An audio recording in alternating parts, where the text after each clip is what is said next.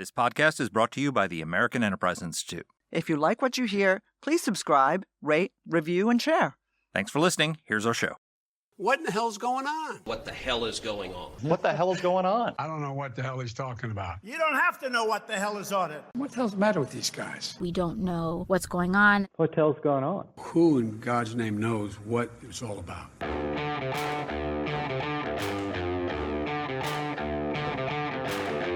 Hi, I'm Danielle Pletka. And I'm Mark Thiessen. Welcome to our podcast, What the Hell is Going On? Mark, what the hell is going on? What the hell is going on is students are back on campus after a summer off following the tumultuous spring of protests and all the rest of it. And they are... Hamas Spring. Yeah, the Hamas Spring, exactly. Instead of the Arab Spring, the Terror Spring. And they are walking into a hail of gunfire, not literally, but figuratively, in terms of the free speech climate on college campuses.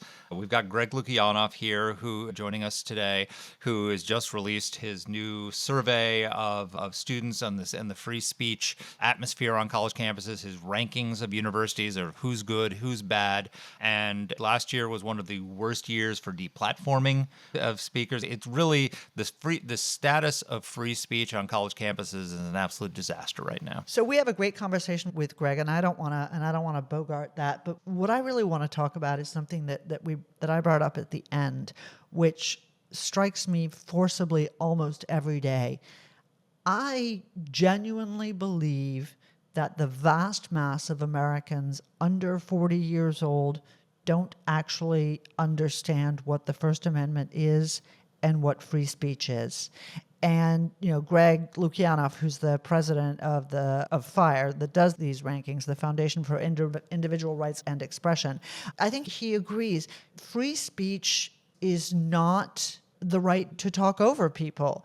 Free speech is not the right to insist that only your speech is allowed and others are unacceptable. It used to be that people would say, what was the great cliche that everybody understood, right? Your free speech ends at screaming fire in a crowded theater, right? When there isn't one.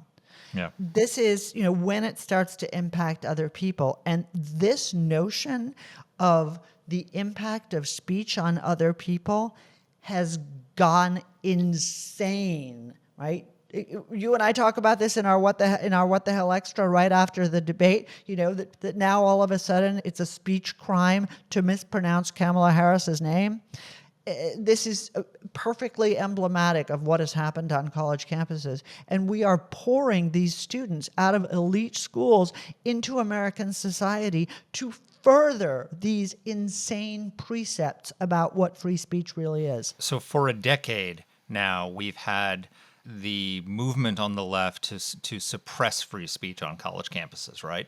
They have been the cancel culture that arose. We've gone from what used to be called liberal bias when we were in college to illiberal bias. The difference between liberal bias and illiberal bias is there aren't enough conservative voices. There are much more liberal voices and they drown out the conservative voices on college campuses, and so students aren't getting a balanced education. Illiberal bias is there are more liberal voices than conservative voices, and the conservative voices must be silenced.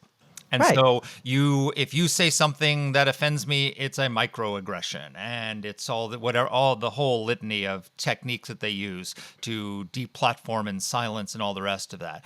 And then October 7 happens, and all of a sudden the left rises up in support of Hamas and an attack on Israel and all the rest of it. And they start engaging in pro-terrorist, anti-Semitic speech that rivals the worst of what you saw in Charlottesville when everybody condemned that. And they're doing it in our elite institutions. And when people say, how do you tolerate people defending October 7th on your campus? How do you tolerate them harassing Jewish students? They say, free speech. We have the right to, how dare you question our ability to take a campus and to take a square and to build an encampment? We believe in free speech. All of a sudden, these recent converts, like Paul of Tarsus, who's been struck from his horse and blinded by the miracle of free speech, suddenly they become free speech absolutists, which is the opposite of everything they were saying a few weeks earlier. So I guess on one hand, it's good that they finally embraced the idea of free speech. But if the Jewish students wanted to have a rally, they want to shut them down because ultimately the left is authoritarian. I mean, this is just the fundamental difference between conservatives and liberals. Conservatives, generally speaking, have a live and let live philosophy, right? Don Rumsfeld, I know you love my Rumsfeldisms, Oh, used to yes. say, free people are free to be wrong. And that's what we believe, right? You have some dumbass crazy view, go ahead, say it. That's fine. The left is like, not only can you not have a dumbass crazy view, but you are not allowed to say it because I find it offensive. They want to control everything. And so they want to control our speech, and they want to shut down speech that they find offensive and immoral, and they find offensive, and have this. It's just a fundamentally authoritarian philosophy, and it's expressed itself in extreme on these college campuses. It has, but one of the things that Greg talks about that we have not talked about as much is the deplatforming and dismissal of professors, which he describes as an epidemic. The number of people who have been ousted from their jobs simply because of their defense of the American people's constitutional rights is really incredible. When I think of what society is going to look like when so in the rankings that FIRE put out, Harvard and Columbia, NYU, Barnard, and Penn are at the absolute bottom of the list. And Negative scores. Yes, Harvard has a minus 20. So just in case people want to know, the worst are Pomona College, Indiana University, the UT at Austin, USC, Syracuse University, Barnard College, University of Pennsylvania, NYU, Columbia, and coming in dead last at number 251 with a score of minus 20, and Greg explains how they get there, is Harvard University. The top is even more depressing, not because there are not people on the top, but because the people on the top get a grade that is below average, and that is the best, right? UVA, Michigan Tech, Florida State University, Eastern Kentucky University, and a few more. But what I ask myself is, what is going to happen when the graduates of these schools, everybody knows this the bottom 10, they're very well-regarded schools. What happens when they're in management? What is going to happen to our country? Greg said that he had never seen anything like this. And I corrected him, and I think I did so correctly. We have seen something like this in the Soviet Union. Well, we're seeing it right now. So in our What the Hell Extra About the Debate, we spent a good deal of time talking about the bias of the moderators in that debate, both of whom are relatively young journalists. And if you look at just journalism today, older journalists still hold to this antiquated notion that the job of a reporter, as opposed to an opinion writer, is to present an unbiased presentation of the facts and present both sides. So-and-so said, his opponent said. So-and-so, hold people both to account and all the rest of that. Young reporters don't believe that. The ones coming out of journalism school today, and Columbia has a very famous journalism school, they're being trained to believe that their job is to be activists and to promote an ideology and to, save democracy and all the rest of it. And so you're already seeing the impact of this in the news coverage, and it's going to infect every aspect of our society as this generation is sort of seeping out of these cesspools of education into the wider culture. The upside, if I can at least end my rant on a positive note, is what we have seen and what I found so inspiring about the campuses last spring is the rising up of both Jewish and non-Jewish students to push back on these radicals. Our friend John Andrasik just helped organize Flagstock for the UNC students who saved the American flag. And I can't remember who was, some donor promised to throw them a rager. And so they had a concert for them on campus. You had these Jewish students who were just standing up and saying, we're not going to be intimidated by these terrorist sympathizers. We're going to go to class. We're going to sue the university. And they succeeded at UCLA in their lawsuit against the university, saying that the college cannot allow these protesters to block them from access to their classes and all the rest of it. So I think there's a generation of young people who is actually being, just like you and I went to liberal colleges and came out more conservative than when we went in. I think there's some that are going to react and turn around. And I think we're seeing the rise of a new generation of smart young people who are pushing back on this craziness. I hope you're right. From your mouth to God's ears.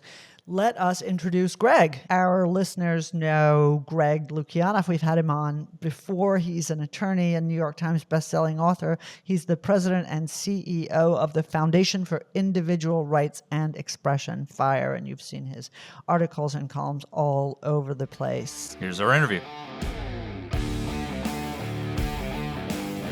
Greg, welcome back to the podcast. Yeah, thanks for having me again. It's so great to have you. So it's September. The new school year is starting. Students are tentatively stepping back on campuses that were on fire in the spring when they left, sometimes literally, sometimes figuratively. What's going on campus today? What's the state of the situation they're walking into in your estimate? Yeah, I mean, one of the things that I was sort of like screaming to high heaven back even before October 7th, when my book, Canceling of the American Mind, came out, actually, which only came out on October 17th, terrible timing, was that it already was a pretty rotten situation for free speech, going back at least most of the last decade, but particularly the last 6 years. And things really got worse since October 7th as well.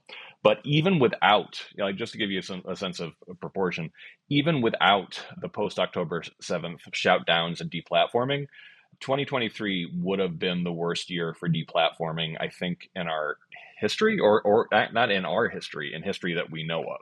And deplatforming includes when people show up to a speaker and won't let them talk, or physically prevent people from getting in, or, as happened at Berkeley involving an Israeli Defense Force speaker, they, swarm the site, break windows, and chase off the speaker, which is just, which absolutely should be, and anybody engaged in violence in response to speech, in my opinion, should be expelled from a campus as a threat to freedom of speech. But last semester was, we're already going to blow the number of shout downs in 2023 out of the water. Like, there's no question about that. But we just got our rankings data, or actually we got our rankings data in a couple months ago, but we just released it. And it's going to be a challenging environment, particularly for people who attend elite colleges this upcoming semester.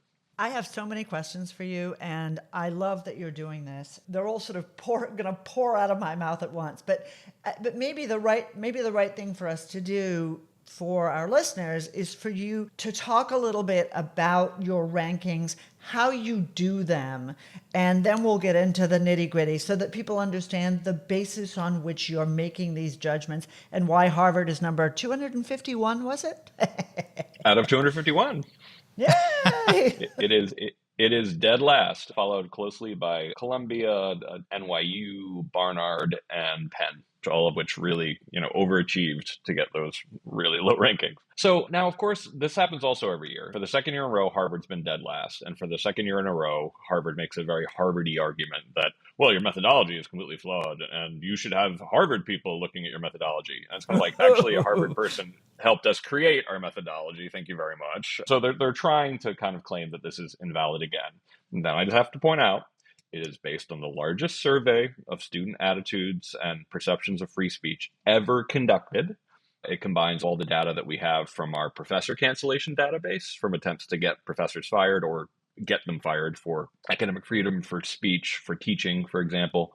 The largest database of student cancellations ever put together, the largest deplatforming database ever assembled, like by far, and the largest database of campus speech codes ever put together. And we combine all of these with different weightings. We have different scores. For example, all the bottom 5 schools did terribly on whether or not students thought the campus had their back if they were to get in trouble for freedom of speech. That's one thing they all had in common. A lot of them allowed for a lot of deplatforming, and generally just they didn't handle their free speech situations well. Whereas University of Virginia, which scored in first place, and people are like, well, they did this thing wrong. They did this thing wrong. It's like, yes, they did. That's one of the reasons why the highest scored schools in our survey, we only call them good schools because we haven't gotten to the top level of the score where we would say someone was outstanding. So there's not one outstanding school in America on free speech? Not one that we would give like 100 points to, or an A+, because like basically we do rank them on a 100-point scale. And I think UVA got a 71, which is better than any other school in the country, to be clear. And if you're looking for that's a low C. Good school. It's a low C. So we're grading on a curve here.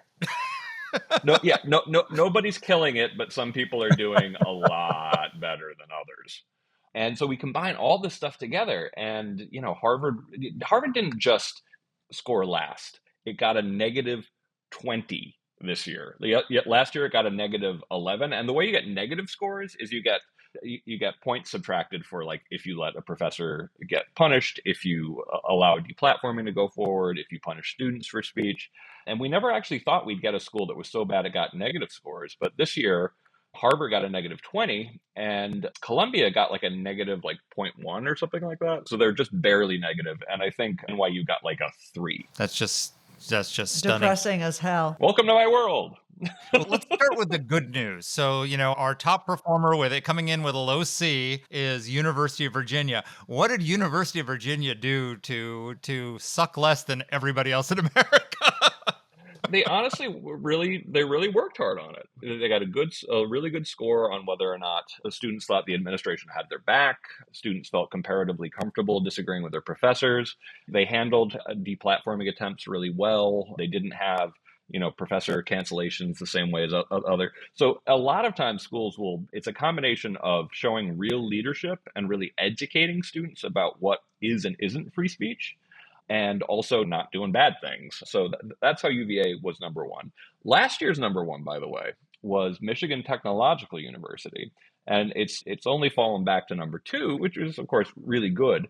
And I think that Michigan Technological University has 2 advantages. Technological schools tend to have a little bit greater immunity to sort of like the ideological issues. And also they have, I think, something like a 1-to-1 liberal to conservative student ratio, which actually creates an environment where it's like people are used to, everyone who disagrees with me is not necessarily stupid or evil.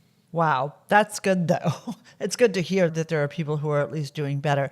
Now, one of the things that I think is going to confuse people is that your rankings have been around for 5 years, right? So this is not something that is a reaction to October 7th.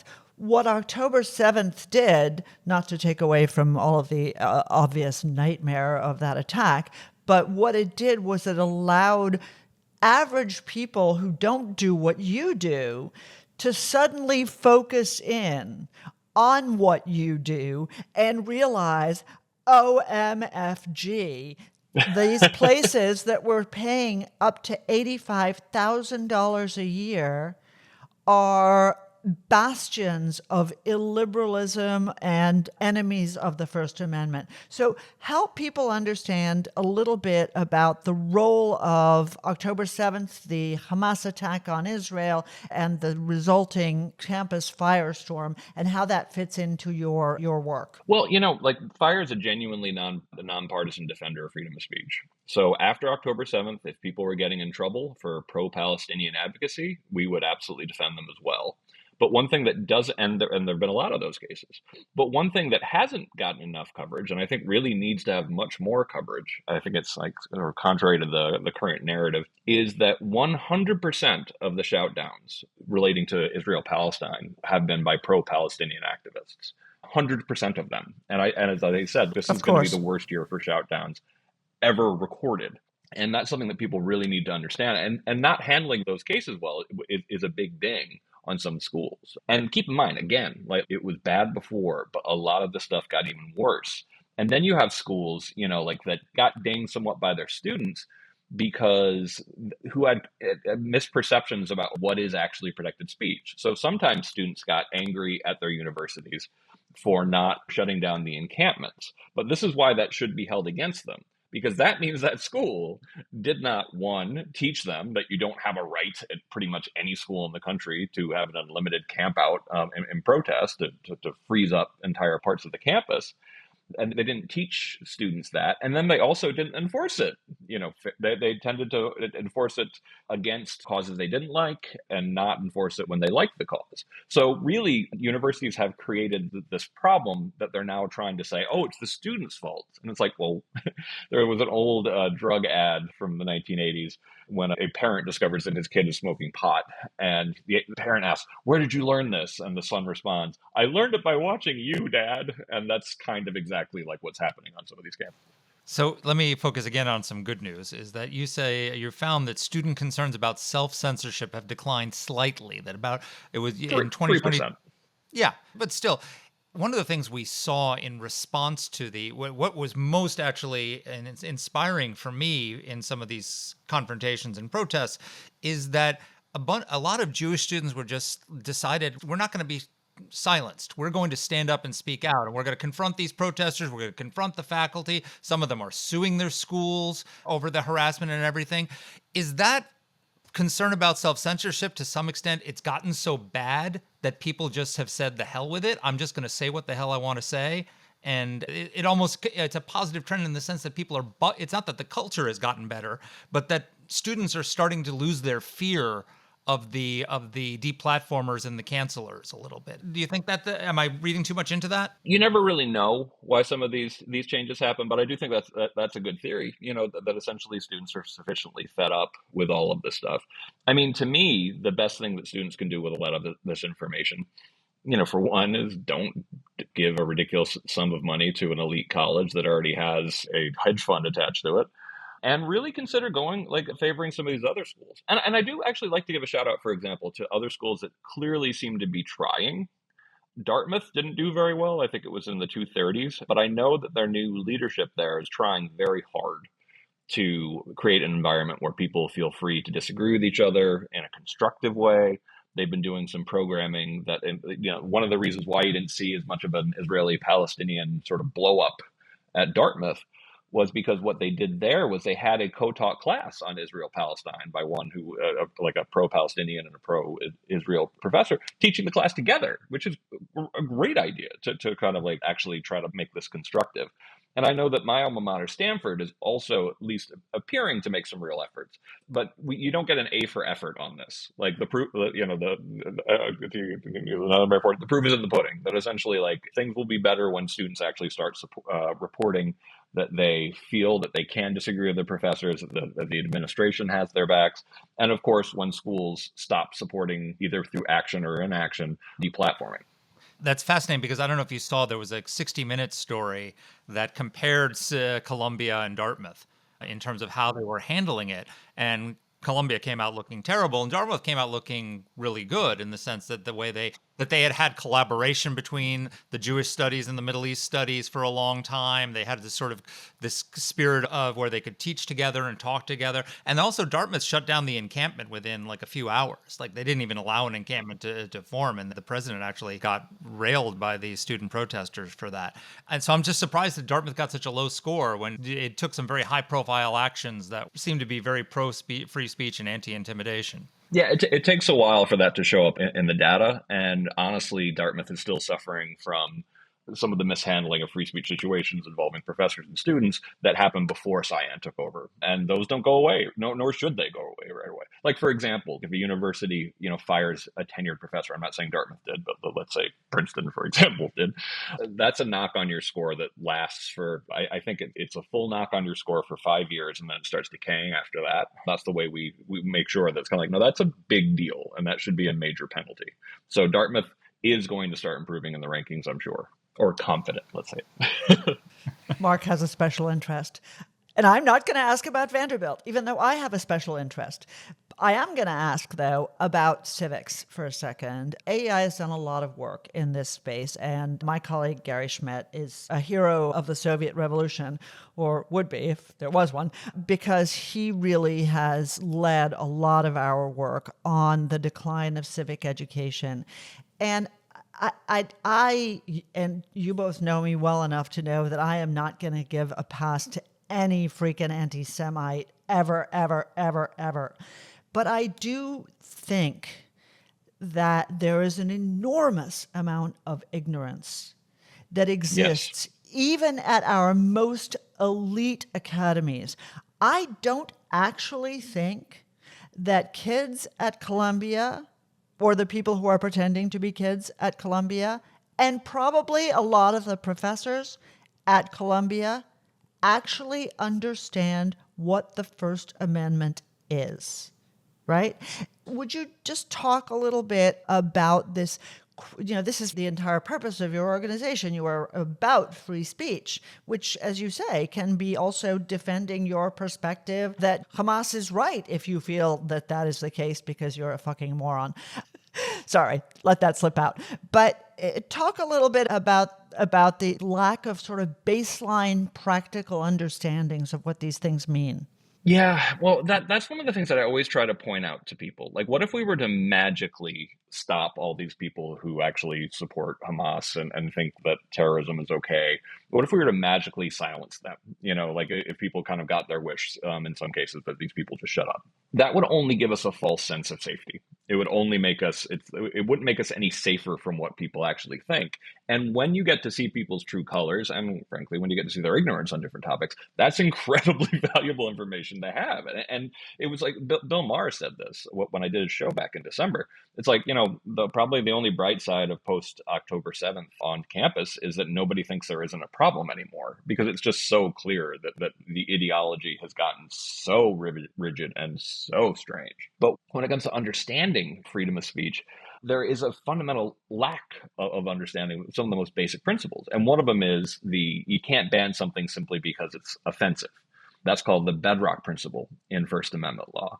And this is something that conservatives should be particularly aware of, too, because that's been used against conservatives, like for most of my career.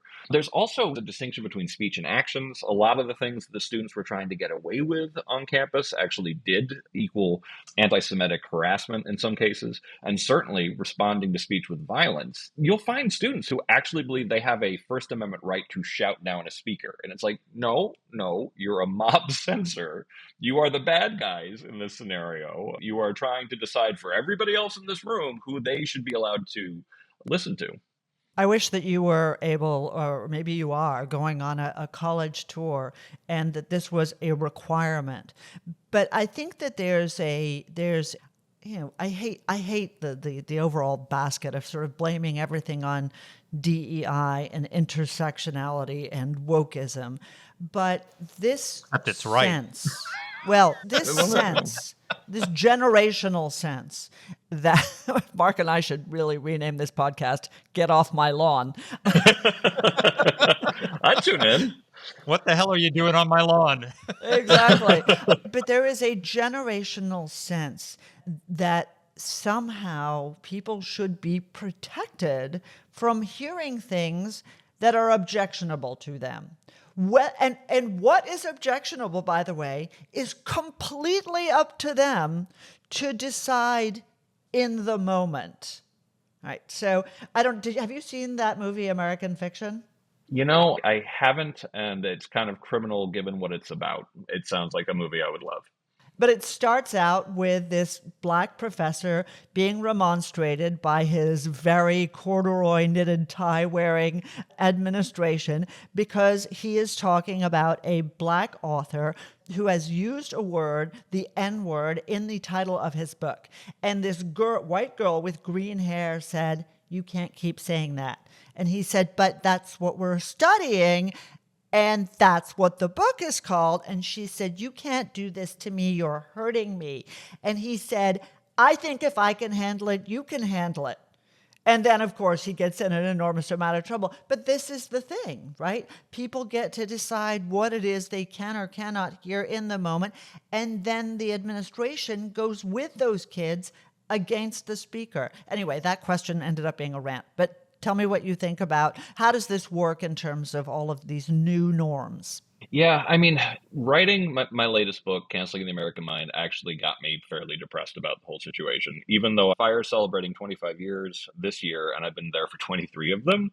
But there's something about putting all the data in one place, that really is like, oh, we're in trouble here. And there's been sort of, in addition to, things that are sort of like snowball processes, like becoming less politically, less viewpoint diverse, having fewer and fewer conservatives in academia. To a degree, that's a little bit of a snowball effect. But when it comes to freedom of speech, though some of it is kind of like exactly what you'd predict would happen when a place gets too politically homogenous, and the people who thought they were in opposition are suddenly in charge. Suddenly, if we're going to be the censors, then censorship as well. But there also was a very intentional, by at least some activists, including people like Richard Delgado, people like Herbert Marcuse, people like the founders of critical race theory, they were explicitly against small L liberalism. And the very first project they all gathered together to do was to suggest hate speech codes for campuses, going back to the 80s. So this has been kind of like in the works for a really long time. And it's all about, double standards. And one of the reasons why I think we're all noticing the October 7th double standards so severely is, one, they're shocking, but also because it's sort of an inter-left fight. Whereas if this was more clearly like a left versus right fight, then those fights happen all the time. And we've just kind of gotten used to it. One of the points that we really want to stress in Canceling the American Mind is that when you look at the number of professors who have lost their jobs over the last 10 years for their research, for their teaching, for their speech, there's no parallel to it. We always point out, it's like, since we say cancel culture began around 2014, which, because it's technology reliant phenomena, you need to have a certain critical mass of people adept in canceling each other using social media. And what happened, we know of at least 1,000 professors who have been targeted, about 2/3 of them punished in some way, about 200 of them fired, and to give perspective, during 11 years of McCarthyism, you're talking about 62 communist professors were reported being fired, about 100 overall being fired during the research at that time. We're talking about twice that in 9.5 years. And further, when we did a giant survey of faculty, what we found was 1 in 6 professors say they've either been threatened with punishment or actually punished for their speech or research. There is no parallel for that in history. So things are like when people Soviet. That's Soviet. There is a Yeah. parallel, but not in America. Not in America, yes. So things are like, we need to be thinking big on how to fix a lot of these things. And sometimes people lately have been accusing me of sounding pessimistic. And I'm like, I'm not pessimistic. I'm just trying to get people to understand that this is not something that's going to be solved by a university president saying, I think people should talk. So let's delve a little bit more deeply into this, because the First Amendment obviously protects unpopular speech. That's why it's there. Like, you don't have to protect popular speech. And the ACLU, which has fallen deep down from its heyday of being a really sort of impartial champion of free speech, but they famously would defend the KKK and the neo-Nazis when they would march through a town and someone wanted to stop them from marching. They would go to court and sue on behalf of the most heinous people. But at the same time, the First Amendment doesn't protect you from the consequences of your speech. So if I'm your employer and somebody points out to me, hey, Joe is marching in a KKK rally and I saw him take off his hood and he was burning a cross on the weekend, I could fire you for that. I don't want you to be in my business. And so is it a violation of free speech for a university to fire a professor who preaches heinous views? If a faculty member was preaching that from sea to shining sea, every black person in America should be kicked out of America and sent to Africa, how long would they last at a university? And should they be teaching our children at a university? They definitely wouldn't, but you have to keep in mind, like, here's the thing that I feel like as a civil libertarian, you're constantly reminding people of, is that laws are enforced by people. And there has been like a push by some off campus that if we just pass a new law that can ban like anti-Semitic speech, like we can get rid of a lot of these radicals and like this kind of stuff. And I oppose this on principle grounds as well. But also Sure. pragmatically, it's kind of like, the people enforcing this, when they see kind of like, they're like, they'll figure out a way to make this a way to get rid of the pro-Israel professors. I mean, this is one of the reasons why when people were saying, oh, we have to ban speech that encourages genocide. And I was like, guys, you do realize that the pro-Palestinian students have already pivoted to pro-Israel speech being supporting genocide. Like they will use whatever tool you give them to use to make sure that their side wins in an unfair fight. So neutral principles are things that certainly conservatives should stick by, but I don't think they have to accept the situation as it currently is. But I don't think, I think in some cases that, God forbid, you should not apply to Harvard or not apply to Columbia. Yeah, that is what I'm saying to a degree. You should vote with your feet and say, like, listen, this environment is rigid ideologically. It is filled with groupthink. There's lots of violations of students' free speech rights. There is a lot of harassment, and we want nothing to do with it. And that's something that really has to be made loud and clear. And it can't just be something that happens. I might do this. I might apply somewhere else if this keeps up. It's like, no, time has come. But maybe I'm not expressing it quite the right way. But is the problem? I mean, there's sort of a acceptable. We as a society have acceptable limits on what we will tolerate, not from a legal standpoint, but from a moral standpoint. Cultural. What kind of speech is culturally, right? So if any of us, a friend of ours turned out to be a neo-Nazi, we probably wouldn't socialize with them. If they worked for us, we probably wouldn't employ them anymore. That's beyond the pale for us to call for defend the murder of 6 million people, to be a racist, to call people the N-word out of hatred and all the rest of that. And so we just, as a culturally, all of us would feel that way about that person. Is it the problem that the campus is so far left that what they see as that what they're doing is they're suppressing what the rest of society considers mainstream speech and embracing and defending what really should be outside the norms of civilized society, like waving a Hamas flag and defending October 7th and saying that all Jews should be driven into the sea? It's just such a hard balance because you don't want to, on one hand, give them tools that they can use to suppress mainstream speech. But at the same time, I just don't understand why anyone would send their kid to a school where there's a professor standing up and giving at a rally defending October 7th. Yeah, well, and that's really what I'm advocating. And that person shouldn't be working there. Yeah. Well, that ends up being, like I said, it's like they're not going to enforce it against that professor. Like those tools will immediately be turned around and used by the people who enforce them, which are the administrators, which are a huge part of the entire problem.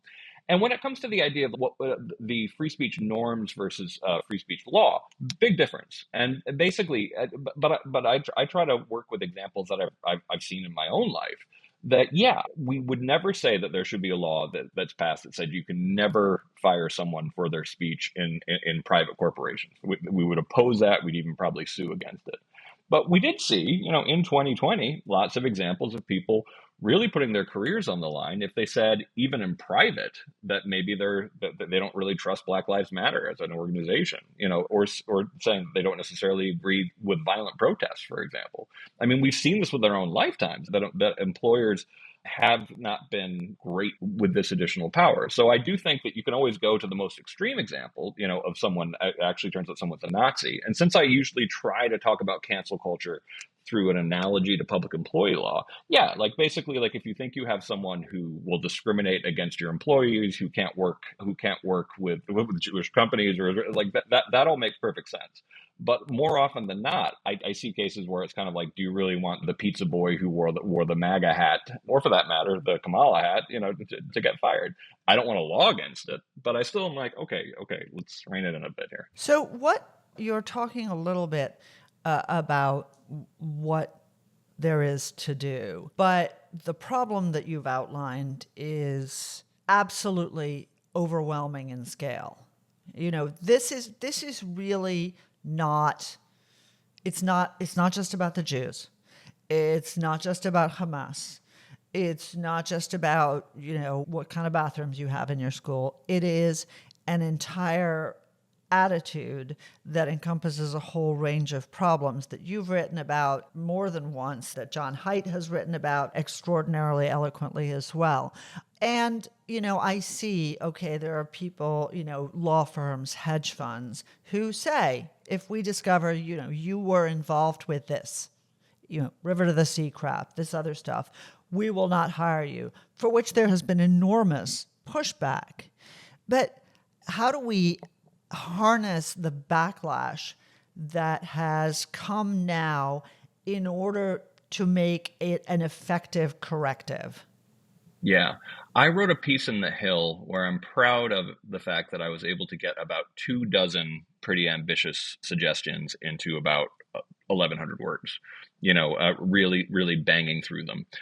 And, a lot of them are actually the cost issue is really linked to the illiberalism problem, because so many of the problems that we see are made 1,000 times worse by the DEI departments and also the massive number of administrators that you have. I think we've created a system that's going to keep on jacking up the cost of colleges in order to support this ever-growing army of administrators who are a threat to academic freedom and free speech. They're actually making the problem worse. So one solution that I talk a lot about is like, listen, if we wanted to have some kind of rule saying you can get student aid, but we're not going to pay for a place that has a completely out of whack ratio between full-time professors and full-time staff or administrators.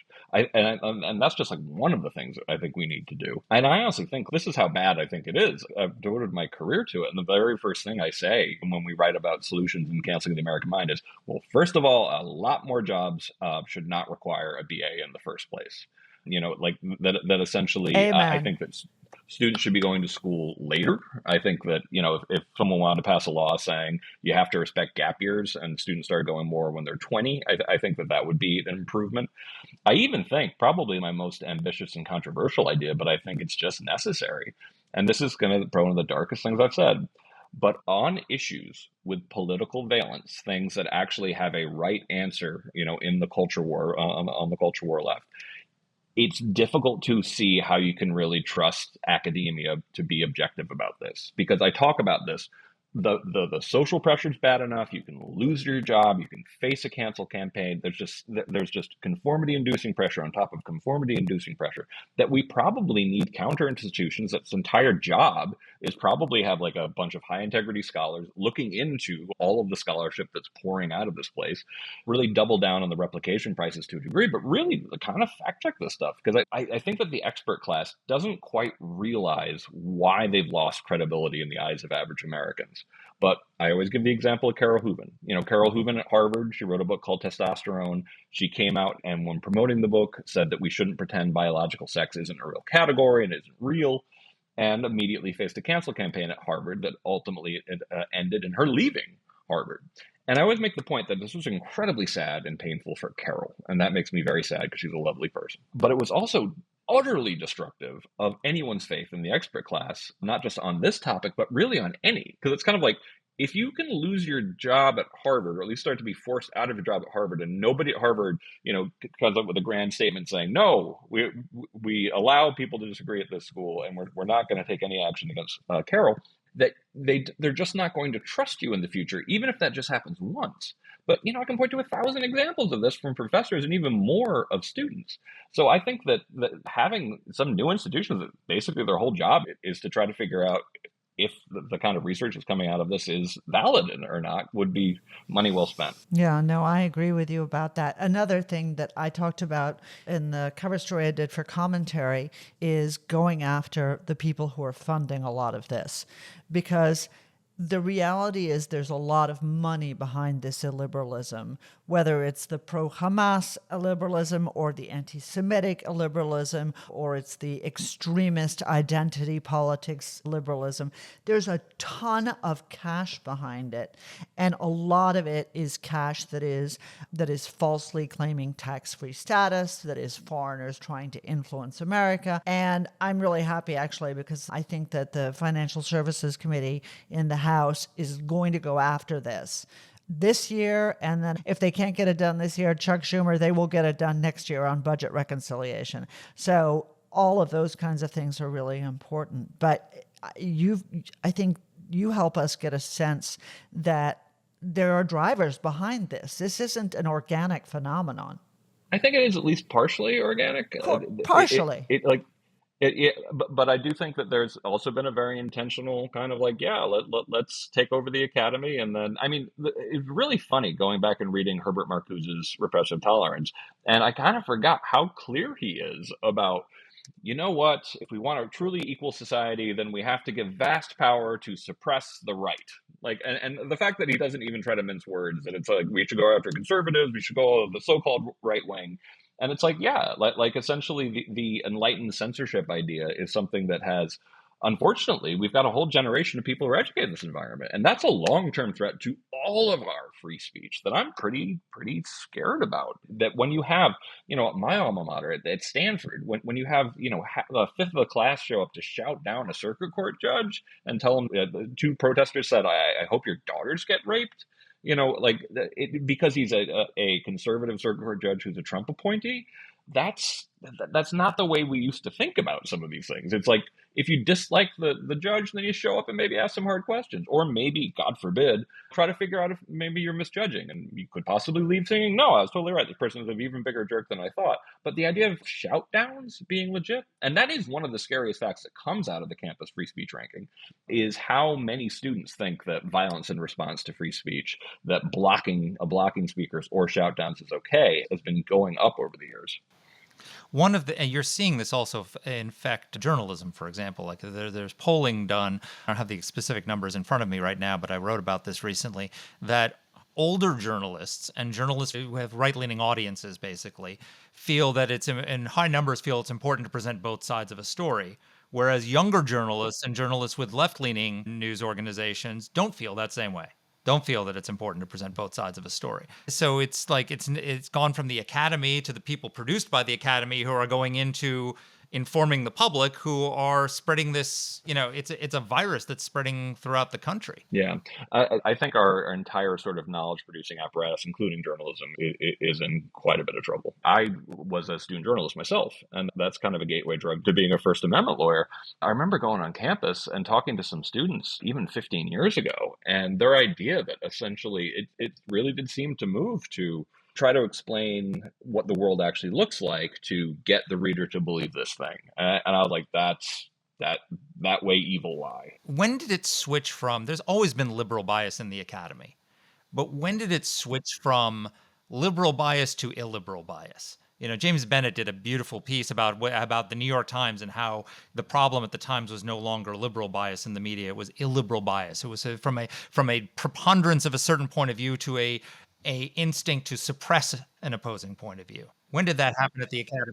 I would say that comes ebbs and flows in different ways, but has been progressively getting worse. I definitely think when I was growing up in the particularly in the late 80s and through the 90s, there was a sense that liberals had won, like actual liberals, and the left had really embarrassed itself by supporting everything from speech codes to the Soviet Union to all of these things that ended up looking, or to the Weathermen. It all looked bad for the left, whereas liberalism seemed to be winning.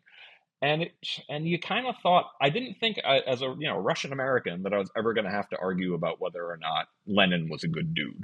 He was a monster. Or Osama bin Laden. Yeah, and now I'm actually dealing with the same kind of people that I thought had basically completely self-marginalized themselves, who actually do have a sort of an affection for left authoritarianism, and I definitely noticed some of it. When I got to a fancier school like Stanford, it was more elite, enlightened elitist sort of my people should be in control of everything, which scared me. And it just seemed to get progressively worse, but with a real acceleration around 2014. It got noticeably so much worse around 2014, with this moralistic kind of tinge to, speech that I find abhorrent is a form of violence, so therefore we can respond with violence. So a lot of the things that created this environment were building up slowly over a long time, but they just blew up in the last 10 years. And I think social media, to a degree, is one of the things that sped up a lot of pre-existing phenomena to a crazy-making degree. Absolutely. There's no question. This is one of the reasons, apart from the evil Chinese influence at TikTok, this is one of the reasons why Mark and I talk so often about the malign influence and the herd mentality and the falsehoods that are perpetrated, not just by the Chinese, but deliberately by the Chinese and everywhere else as well. Hey, Greg, we have kept you for way longer, as usual, than we promised, but this is just such a fascinating topic. And you've done such amazing work. Really, keep it up. Thank you. And I hope people check out the rankings and don't send their kids to the schools that do badly. That's the best message you can send. Amen.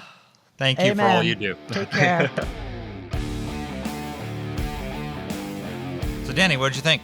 look, I think I love the work that Greg does, and I really was struck by what he said at the end about the rise of leftist authoritarianism. You and I'm older than you, as you constantly point out, but you and I certainly remember what the Soviet Union was like. And at the time the Soviet Union fell, it was exactly as Greg described it. It was a period of intense embarrassment for absolutely everybody, all the fellow travelers, right? The far left that had supported Moscow through thick and thin, members of Congress who had done their best to derail Reagan's fight for freedom. Those people lost out, and now they're back.